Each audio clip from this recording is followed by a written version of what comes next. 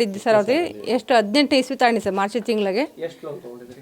180 ಕೋಟಿ 180 ಲೋನ್ ಆಯ್ತು ಸರ್. ನಮಗೆ ಬಂದಿದ್ದವು 165 ಮುಟ್ಟಿತ್ತು ನಮಗೆ. ಅವ್ರು 10,000 ರೂಪಾಯಿ ಇನ್ಸೂರೆನ್ಸ್ ಮುರ್ಕೊಂಡಿದ್ರು. ನಾವು 165 ದುಡ್ಡು ಬಿಡ್ಸ್ಕೊಂಡಿದ್ದು. ಮತ್ತು ನಾವು 36 ಕಂತು ಕಟ್ಟಿದ್ವಿ ಅಂತ ಅವ್ರು 35 ಕಂತು ಅಂತ ವಾದ ಮಾಡಿದ್ರು. ಅದ್ರಾಗ ಒಬ್ರು ಯಾರೋ ಮೋಸ ಮಾಡಿದ್ರು ಸರ್. ದುಡ್ಡು ಇಸ್ಕೊಂಡು ಹೋಗಕ್ಕೆ ಬಂದಿದ್ದಾರೆ, ಕಟ್ಸ್ಕೊಂಡೋಗಿರೋ ಒಂದು ಕಂತು ಮೋಸ ಮಾಡಿದ್ದಾರೆ. ನಾನು 36 ಕಂತು ಕಟ್ಟಿದ್ದೀನಿ ಸರಿ, ಅವ್ರು 35 ಅಂತ ಅಂದರೆ ಅದಕ್ಕೆ ಸುಮ್ಮನಾದೆ ಸರ್. ಮತ್ತು ನಾವು ಬೆಳಗ್ಗೆ ಮೊನ್ನೆ ಬಂದು ನಮ್ಮ ಹತ್ರ ಮನೆ ಹತ್ರ ನೋಟಿಸ್ ಏನೇ ಕಳಿಸಿರಲಿಲ್ಲ ಅವರು. ಮನೆಗೆ ಬಂದು ನಿಮ್ಮ ಮನೆ ಸೀಜ್ ಆಗುತ್ತೆ ಅಂತ ಹೇಳಿದ್ರು ಸರ್. ಏನು ಯಾವತ್ತು ಅಂತ ಕೇಳಿದ್ದಕ್ಕೆ ನಾಳೆನೇ ಬರ್ತೀವಿ ಅಂದೆ ಸರ್. ನಾನು ಇನ್ನೇ ಹೋಗಿ ಅಲ್ಲಿ ಆಫೀಸಾಗಿ ಕೇಳ್ಕೊಂಡ್ವಿ, ಒಂದು ಅರ್ಧ ಕಟ್ತೀವಿ ಬಿಡ್ರಿ, ಸದ್ಯಕ್ಕೆ ಈಗ 50 ಕಟ್ಟು ಹೋಗ್ತೀವಿ, ನೆಕ್ಸ್ಟ್ ಬಂದು ನಾಳೆ ಕಟ್ತೀವಿ ಮಿಕ್ಕಿದ್ದ ಅಮೌಂಟ್ ಅಂದ್ವಿ. ಅವ್ರು ಇಲ್ಲಿ ಒಪ್ಕೊಂಡಿಲ್ಲ ಸೇ, ಇಲ್ಲ ನಮ್ಗೆ ಇಷ್ಟು ಕ್ಲಿಯರ್ ಮಾಡ್ಬೇಕು 4,09,000 ರೂಪಾಯಿ ಕಟ್ಟ್ರಿ ಅಂತ ಅಂದರು. ಆವಾಗ ನಾವು 4,09,000 ರೂಪಾಯಿ ಕಟ್ಟ್ರಿ ಅಂತ ತಕ್ಷಣಕ್ಕೆ ನಾವು ಆಗಲ್ಲ ಸರ್, ಬೆಳಗ್ಗೆ ಹೋಗಿ ಜೋಡಿಸ್ಕೊಂಬತ್ತಿ ಅಂತ ಮತ್ತೆ ಊರಿಗೆ ಬಂದೆ ಸರಿ. ಇವತ್ತಾಗಿ ಮತ್ತೆ ಕೇಳೋಣ ಅಂತ ಹೋದಿ, ಮತ್ತೆ ಅವರು ನಾವು ದುರ್ಗಕ್ಕೆ ಹೋಗಿ ಕೇಳ್ಕೊಂಡ್ರು, ಇಲ್ಲ ನಾವು ಊರಾಗ ಹೋಗ್ತೀವಿ ಅಂದರೆ ಮತ್ತೆ ಉದ್ದಕ್ಕೆ ಎಡ್ಸ್ತೀವಿ ಓಡಿ ಸರ್. ಇವತ್ತು ದುರ್ಗ ಮನೆಗೆ ಹೋಗಿ ಬಂದೀವಿ. ನಾವು ಏನು ಕಟ್ಟಿದ್ದೀವಿ ಅಂದರೆ ಒಂದು 20 ಕಂತಿಂದು ಕಟ್ಬೋದು ಸರ್ ನಾವು. ಅಲ್ಲಿ ಕ್ಲಿಯರ್ ಆಗ ಸರ್. ಅದು 60 ಕಂತು ಹೇಳಿದ್ದಾರೆ ಅವರು. ನಾವು 35 ಕಂತು ಕಟ್ಟಿವಿ. ಈಗ ಎಷ್ಟು ಕಟ್ಟ್ರಿ ಅಂತ ಹೇಳ್ತಿದ್ದಾರೆ? ಅವ್ರು 4,09,000 ರೂಪಾಯಿ ಕಟ್ಟ್ರಿ ಅಂತ ಹೇಳ್ತಿದ್ದಾರೆ. ನೀವು ಎಷ್ಟು ಕಟ್ಟಿದ್ದೀರಿ?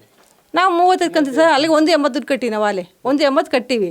ಇನ್ನು ಸರ್ ಇನ್ನು 20 ಕಂತಿಂದ 25 ಕಂತಿಂದ ಕಟ್ಬೋದು. ಅದ್ರ ಮೇಲೆ ನಮ್ಮ ಕೈ ಕಟ್ಟೋಕ್ಕಾಗಲ್ಲ ಸರ್, ಅಷ್ಟೇ ಕಟ್ಬೋದು.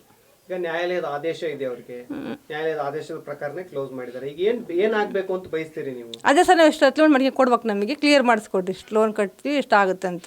ನೀವು ಹೇಳ್ರಿ, ಈಗ ನ್ಯಾಯಾಲಯ ಆದೇಶ ಮಾಡಿರುತ್ತೆ, ನ್ಯಾಯಾಲಯನೂ ಸಮೇತ ಇಲ್ಲಿ ಬಂದಿದ್ದಂಥ ನ್ಯಾಯಾಲಯದ ಪರವಾಗಿ ಅವ್ರು ನಮ್ಮ ಕಷ್ಟನ ನೋಡ್ಬೇಕು. ಇಲ್ಲಿ ಊಟಕ್ಕೆ ತೊಂದರೆ ಇದೆಯಾ ಇಲ್ಲ ಅದನ್ನ ನೋಡಿ ನ್ಯಾಯಾಲಯಗಳು ಈ ಥರದ್ದು ಒಂದು ನಮಗೆ ಸೀಜ್ ಮಾಡೋ ವಿಚಾರದ ಬಂದಾಗ ಊಟ ತಿಂಡಿ ವ್ಯವಸ್ಥೆ ಮಾಡಿ ಸೀಜ್ ಮಾಡ್ಕೊಂಡಕ್ಕೆ ಹೋಗ್ಲಿ. ನಾವು ಅದಕ್ಕೊಂದು ಇರ್ತೀವಿ, ಏನೂ ಇಲ್ಲ ಅಂತ ಗತಿ ಇಲ್ದಾಗ ನಾವು ಹೆಂಗೆ ಬದುಕೋದು ಅಂತ ಸರ್. ಎಲ್ಲ ಒಳಗೆ ಇಟ್ಕೊಂಡು ಸಾಮಾನೆಲ್ಲ ಹೊರಗೆ ಹಾಕಿ ನಮ್ಗೆ ಹೋಯ್ತು ಸರ್. ಹೆಂಗೆ ಸಹ ಮಾಡೋದು ಅಂತ ಈಗ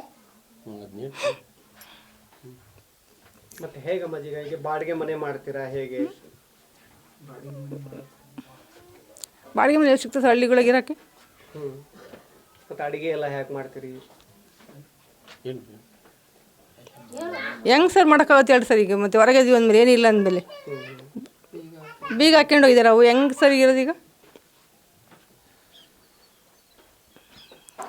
ಈಗ ನೀವು ಕಾಲಾವಕಾಶ ಕೇಳಿದ್ದೀರಾ?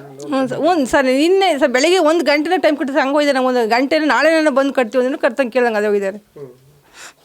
ತಮ್ಮ ಹೆಸರಮ್ಮ? ನನ್ನ ಹೆಸರು ಕೋಮಲಮ್ಮ. ಅಂದರೆ ಏನಿಲ್ಲ, ಈಗ ಬಂದು ಅವರು ಓಪನ್ ಆಗಿ ಬಂದು ಈ ಟೈಮಿಂಗ್ಸ್ ಕೊಟ್ಟಿಲ್ಲ, ನೋಟಿಸ್ ಕೊಟ್ಟಿಲ್ಲ, ಬಂದು ಮನೆ ಸೀಜ್ ಮಾಡ್ಕೊಂಡು ಹೋಗಿದ್ದಾರೆ. ಈಗ ಕಟ್ಟೋ ಅಮೌಂಟ್ ಎಷ್ಟೈತೆ ಅಂದರೆ ನಾವು 4,09,000 ರೂಪಾಯಿ ಅಂತ ಹೇಳಿದ್ರು.